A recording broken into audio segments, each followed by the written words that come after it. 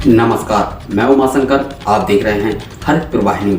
आइए नजर डालते हैं आज की मुख्य ताजा खबरों पर। खबर मध्य प्रदेश के रीवा से है, जहां एनएसयूआई ने सोशल मीडिया में अभियान चला करके जताया है भाजपा धरने का विरोध। जिसमें आपको बता दें कि एनएसयूआई प्रदेश सचिव अभिषेक तिवारी अभी के आह्वान पर जिले भर के सैकड़ों की संख्या में छात्रों ने स्वप्रेरित स्लोगन लिख करके भाजपा के धरने का विरोध किया है, जिसमें मांग यह है कि देश भर में कोरोना महामारी की वजह से आए संकट की इस घड़ी में स्वास्थ्य सेवाओं व अस्पताल, ऑक्सीजन, इंजेक्शन, बेड एवं वैक्सीनेशन की व्यवस्था की जगह अनैतिक धरने कर आम जनता की बेबसी व लाचारी अट्टहास करने वाले भाजपा संगठन व पत्थर दिल हेल्थ सिस्टम के क्रूर कर्ता याद रखें, आंसुओं के आर्तनाद में अट्टहास करने वालों को इतिहास माफ नहीं करता है। जहां उन्होंने कहा कि कोविड महामारी के इस भीषण संकट के समय प्रधानमंत्री नरेंद्र मोदी व मुख्यमंत्री शिवराज सिंह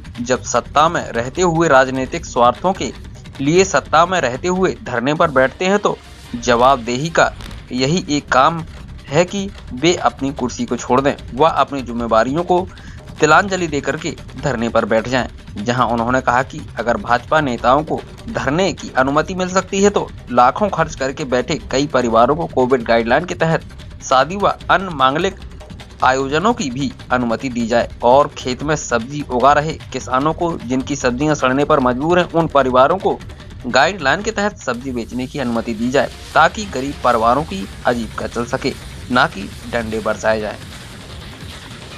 रीवा से संजय मिश्रा की रिपोर्ट। मैं अभिषेक तिवारी। आप सब युवा साथी, छात्र साथियों को मेरा नमस्कार। आप सब जानते हैं आज इस संकट की घड़ी में और कोरोना जैसी महामारी में आज पूरा देश और पूरे देश के परिवार आम जन परेशान है, त्राहिमाम मचे हुए हैं। लगातार मौतों का सामना करना पड़ रहा है पूरे देश को। उसी बीच परसों हमारे देश में उन भारतीय जनता पार्टी के नेताओं ने अपनी राजनीति की रोटी सेकते हुए पूरे देश भर में जिस तरह से धरने करें और अपनी राजनीतिक मुद्दे को भुनाया, तो मैं मांग करना चाहता हूं और उस चीज़ को कहना चाहता हूं। तो उसी की जगह अगर उन नेताओं को स्वास्थ्य सुविधाओं पर मुंह खोलना चाहिए, ऑक्सीजन की मांग करनी चाहिए, बेड के लिए व्यवस्था करानी चाहिए, इंजेक्शन के लिए व्यवस्था करानी चाहिए, लोगों को वैक्सीनेशन ज़्यादा से ज़्यादा कैसे उसके लिए मुहिम छेड़नी चाहिए। लेकिन उनको राजनीति की पड़ी थी, इसीलिए उन्होंने अपने धरना दिया और अपने लॉकडाउन और जनता कर्फ्यू का उसके खिलाफ बैठ कर उन्होंने अपना धरना दिया। मैं मुख्यमंत्री शिवराज सिंह चौहान जी से, अपने रीवा कलेक्टर और रीवा एसपी जी से मांग करना चाहता हूँ, जिस तरह से लॉकडाउन में लगी 144 धारा के बावजूद भी उन नेताओं ने धरने किए हैं, उसी तरह से उनके ऊपर FIR दर्ज हो, क्योंकि 144 धारा का उल्लंघन हुआ है। अगर FIR दर्ज नहीं होती है तो हमारी मांग है, जिस तरह से उनको धरने की अनुमति दी गई है, अगर अनुमति दी गई है तो उन परिवारों को भी अनुमति दी जाए जो आज लाखों रुपए खर्च करके बैठे हैं अपनी बेटियों की शादी के लिए, मांगलिक कार्यक्रमों के लिए, उनको भी अनुमति दी जाए। धर्मानुसार जो चिन्हित व्यक्ति होते हैं, सीमित संख्या के आधार पर उनको भी अनुमति मिले, छूट मिले, ताकि वो जो पैसे खर्च करके बैठे हैं, एडवांस दे के बैठे, उनको राहत मिले, अपना कार्यक्रम कर सकें।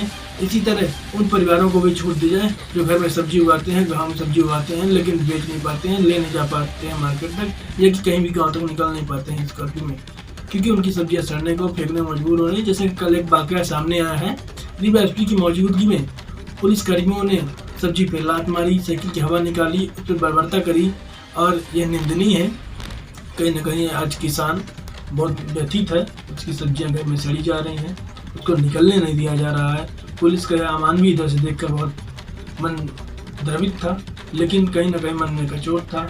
आज मैं अपने घर पर एक दिवसीय सांकेतिक प्रदर्शन के तौर पर घर पर बैठा हूँ। मैं सरकार से मांग करता हूँ, जिस तरह से उनको धरने की अनुमति दी गई थी, उसी तरह से उन परिवारों को भी कार्यक्रम की अनुमति दी जाए, मांगलिक कार्यक्रमों की अनुमति दी जाए, एक सीमित संख्या के अनुसार पर, जो धर्मानुसार एक चिन्हित लोग होते हैं, उसी की अनुमति दी जाए। और टीके का ज़्यादा से ज़्यादा तेजी से जोर देना चाहिए सरकार को।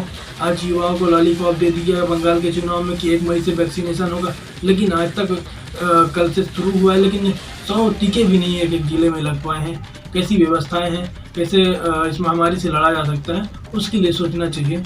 यही मैं कहना चाहता हूँ। धन्यवाद। फिलहाल इसी तरह की अपडेट पाने के लिए बने रहिए हमारे साथ। नमस्कार।